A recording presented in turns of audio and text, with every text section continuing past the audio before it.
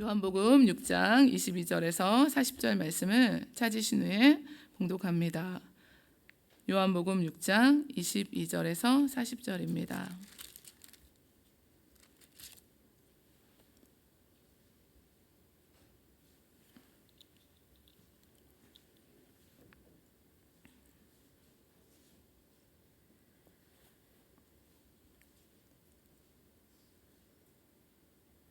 다 찾으신 줄 믿고 함께 봉독하겠습니다. 이튿날 바다 건너편에 서 있던 무리가 배 한 척 외에 다른 배가 거기 없는 것과 또 어제 예수께서 제자들과 함께 그 배에 오르지 아니하시고 제자들만 가는 것을 보았더니 그러나 디베랴에서 배들이 주께서 축사하신 후 여럿이 떡 먹던 그곳에 가까이 왔더라. 무리가 거기에 예수도 안 계시고 제자들도 없음을 보고 곧 배들을 타고 예수를 찾으러 가버나움으로 가서 바다 건너편에서 만나 랍비여 언제 여기 오셨나이까 하니 예수께서 대답하여 이르시되 내가 진실로 진실로 너희에게 이르노니 너희가 나를 찾는 것은 표적을 본 까닭이 아니요 떡을 먹고 배부른 까닭이로다. 썩을 양식을 위하여 일하지 말고 영생하도록 있는 양식을 위하여 하라. 이 양식은 인자가 너희에게 주리니 인자는 아버지 하나님께서 인치신 자니라. 그들이 묻되 우리가 어떻게 하여야 하나님의 일을 하오리이까? 예수께서 대답하여 이르시되 하나님께서 보내신 이를 믿는 것이 하나님의 일이니라 하시니 그들이 묻되 그러면 우리가 보고 당신을 믿도록 행하시는 표적이 무엇이니이까? 하시는 일이 무엇이니이까? 기록된 바 하늘에서 그들에게 떡을 주어 먹게 하였다 함과 같이 우리 조상들은 광야에서 만나를 먹었나이다. 예수께서 이르시되 내가 진실로 진실로 너희에게 이르노니 모세가 너희에게 하늘로부터 떡을 준 것이 아니라 내 아버지께서 너희에게 하늘로부터 참떡을 주시나니 하나님의 떡은 하늘에서 내려 세상에 생명을 주는 것이니라. 그들이 이르되 주여 이 떡을 항상 우리에게 주소서. 예수께서 이르시되 나는 생명의 떡이니 내게 오는 자는 결코 줄이지 아니할 터이요 나를 믿는 자는 영원히 목마르지 아니하리라. 그러나 내가 너희에게 이르기를 너희는 나를 보고도 믿지 아니하는도다 하였느니라. 아버지께서 내게 주시는 자는 다 내게로 올 것이요 내게 오는 자는 내가 결코 내쫓지 아니하리라. 내가 하늘에서 내려온 것은 내 뜻을 행하려 함이 아니요 나를 보내신 이의 뜻을 행하려 함이니라. 나를 보내신 이의 뜻은 내게 주신 자 중에 내가 하나도 잃어버리지 아니하고 마지막 날에 다시 살리는 이것이니라. 내 아버지의 뜻은 아들을 보고 믿는 자마다 영생을 얻는 이것이니 마지막 날에 내가 이를 다시 살리리라 하시니라. 아멘.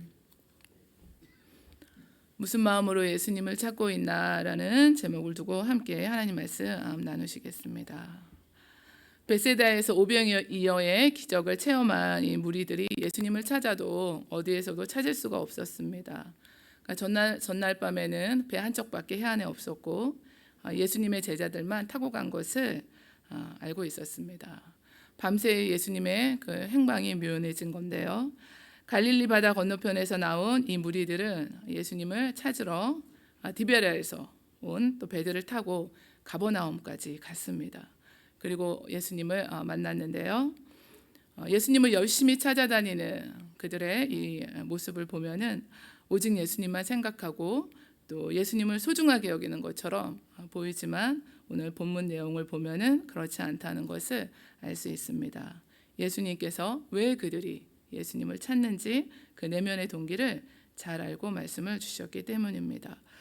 우리가 무슨 마음으로 예수님을 찾고 있는지 우리의 마음의 동기를 또 살펴보시고 하나님의 뜻대로 예수님의 뜻대로 우리가 살기 위해서 오늘도 주님의 전으로 영상으로 예수님을 찾으시는 줄 믿습니다. 나오신 줄 믿습니다. 또 말씀에 우리가 그 뿌리 내린 신앙을 가지고 하나님의 나라를 위해서 힘써 살아가기 위해서 나오신 줄 믿습니다. 오늘 26절 말씀인데요. 예수께서 대답하여 이르시되 내가 진실로 진실로 너희에게 이르노니 너희가 나를 찾는 것은 표적을 본 까닭이 아니요 떡을 먹고 배부른 까닭이로다 말씀하셨는데요. 무리들이 예수님을 찾아온 이유가 떡을 먹고 배불렀기 때문이었다는 것을 아셨습니다. 더 이상 이제 굶주림이 없는 이 메시아 왕국을 세우기를 원했던 건데요. 예수님께서 떡을 먹고 배불렀기 때문이다라고 하시면서 썩을 양식을 위하여 일하지 말고 영생하도록 있는 양식을 위하여 하라 이렇게 말씀하시고 이 양식은 예수님께서 주시는 것이라고 하셨습니다. 하나님의 일을 무엇이든지 해서 이 공적을 많이 세워야 영생하는 양식을 얻을 수 있다고 생각하는 무리들은 이렇게 물어봅니다. 우리가 어떻게 하여야 하나님의 일을 하오리이까? 이것을 번역해 보면 우리가 하나님의 일들을 하기 위해서 해야 할 일은 무엇입니까? 영생하도록 있는 양식을 얻기 위해서 하나님의 일들을 해야 한다고 생각하고 있었습니다. 예수님께서는 이들에게 하나님께서 보내신 일을 믿는 것이 하나님의 일이니라 말씀해 주셨는데요. 하나님께서 보내신 메시아 되신 예수님을 영접하고 믿는 것이 영생을 얻는 유일한 길이 되고 이것만이 하나님께서 원하시는 일이다 이렇게 말씀을 주고 있습니다. 우리가 계속해서 매일 하루하루 해야 할 일들이 무엇일까요? 일상의 모든 일들을 다 성실히 이제 감당하셔야 될 줄 압니다. 저도 늘 이번 주에도 교사 회의 때도 그랬고 자녀들에게도 그렇게 말하고 있습니다. 자신에게 맡겨준 일을 최선을 다해서 해야 되는데 모든 일이 그렇다. 교회 안과 밖이 항상 동일한 마음으로 세상에서는 더 열심히 해야 된다. 이렇게 교사들에게도 저희가 이제 수련회가 다가오기 때문에 굉장히 분주하기 때문에 그렇게 말을 해줍니다. 매일매일 해야 하는 일들 가운데 우리가 집중해서 무엇보다 하기 원하시는 것은 하나님이 보내시는 분 예수 그리스도를 믿는 것입니다. 그 믿음의 대상이 주님이시고 이 믿음이 없으면 아무도 하나님을 기쁘시게 할 수 없다고 말씀하셨습니다. 믿음이 없으면 하나님을 기쁘시게 하지 못하나니 하나님께 나아가는 자는 반드시 그가 계신 것과 또한 그가 자기를 찾는 자들에게 상 주시는 이심을 믿어야 한다고 하셨습니다.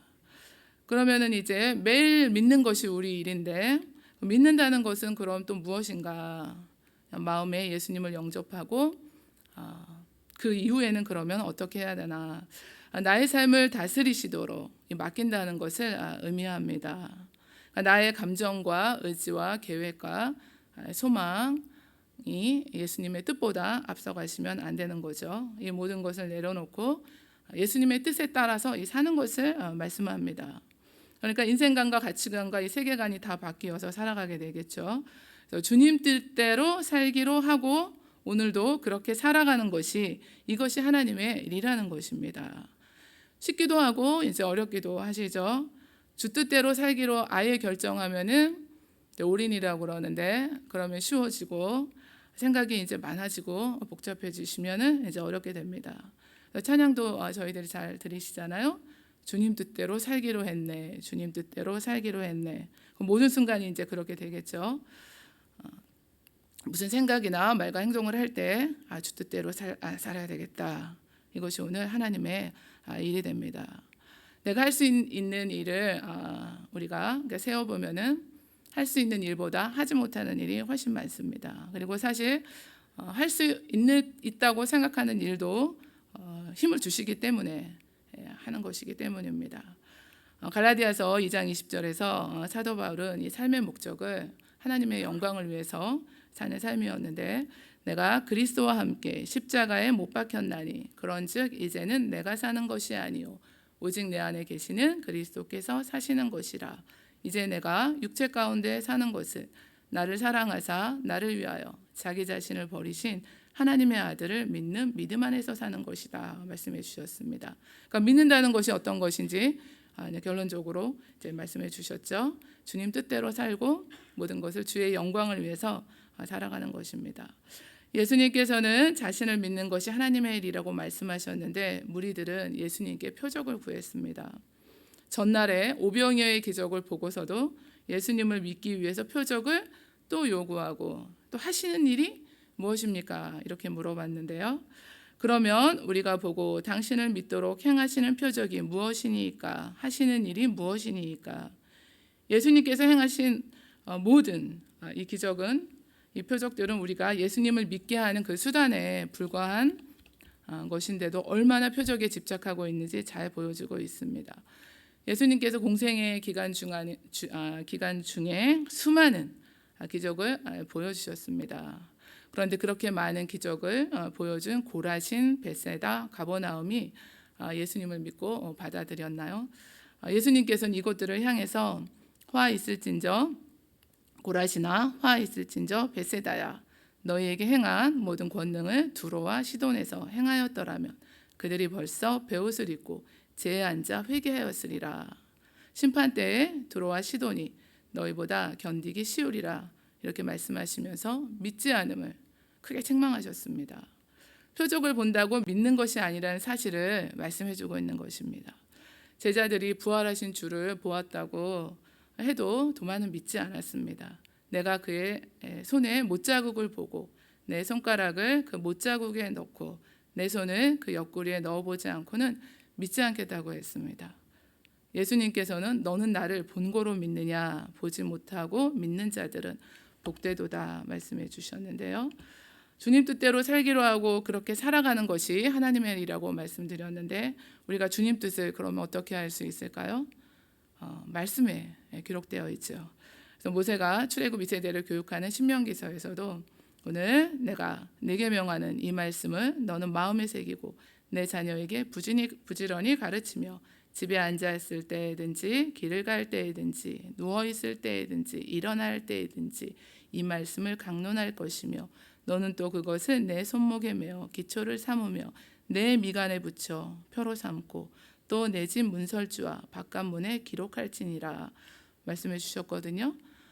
그러니까 기록된 말씀으로 살아가라고 하시는 것입니다. 앉아있든지 누워있든지 일어날 때든지 손목에까지 메어서 이마에까지 표로 삼고 문설주와 바깥문에 기록하라는 그 말씀, 모든 우리의 삶이 기록된 말씀으로 살아가야 한다고 말씀하고 있는 것입니다.